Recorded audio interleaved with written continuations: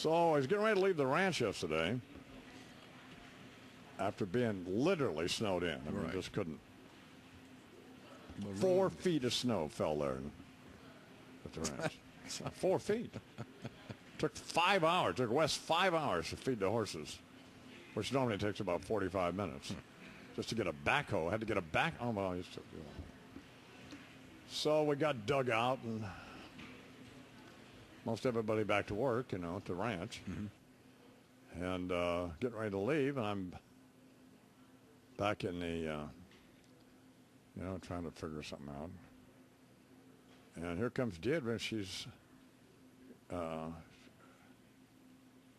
crying, saying she has, when somebody comes to you and they're crying, and they say they have awful news, in that instant, you just, what? And it was awful. Michael Morgan, that's a sweet kid, died. Kid at the ranch.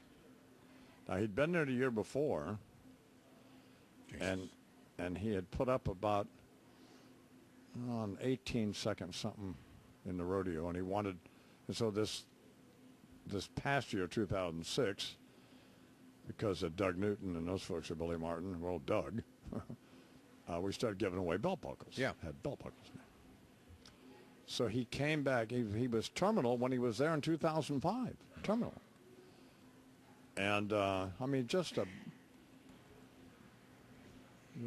beautiful kid. A beautiful kid whether he was sick or not. Right.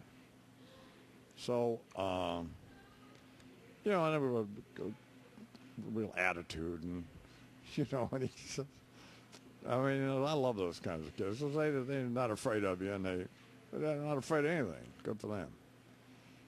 So he was mad at me because I didn't have, I was like, it was my fault we didn't have belt buckles in 2005. And I said, we'll come back and win it this year. So he came back, and he'd lived another year. But the doctors and nurse told me that the cancer was all through his body. So. And he tried to win it this year. And I remember he didn't win any. He's 16. I think he just turned 17 years old.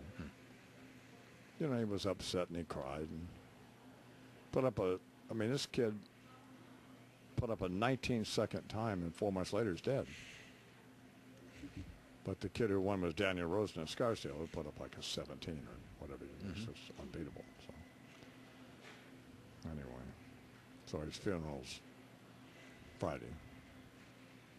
I don't know any more details than that, other than where it is, and that I'm going to go, obviously.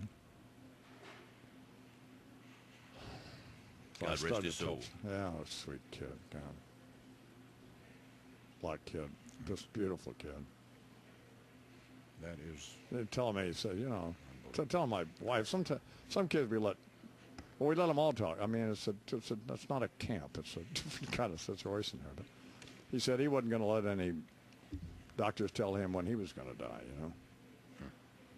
And that he wanted to grow up and have a wife and kids and get home from work and have his wife have dinner ready for him. And I said, that is unlikely to happen. That's not going to happen. Michael.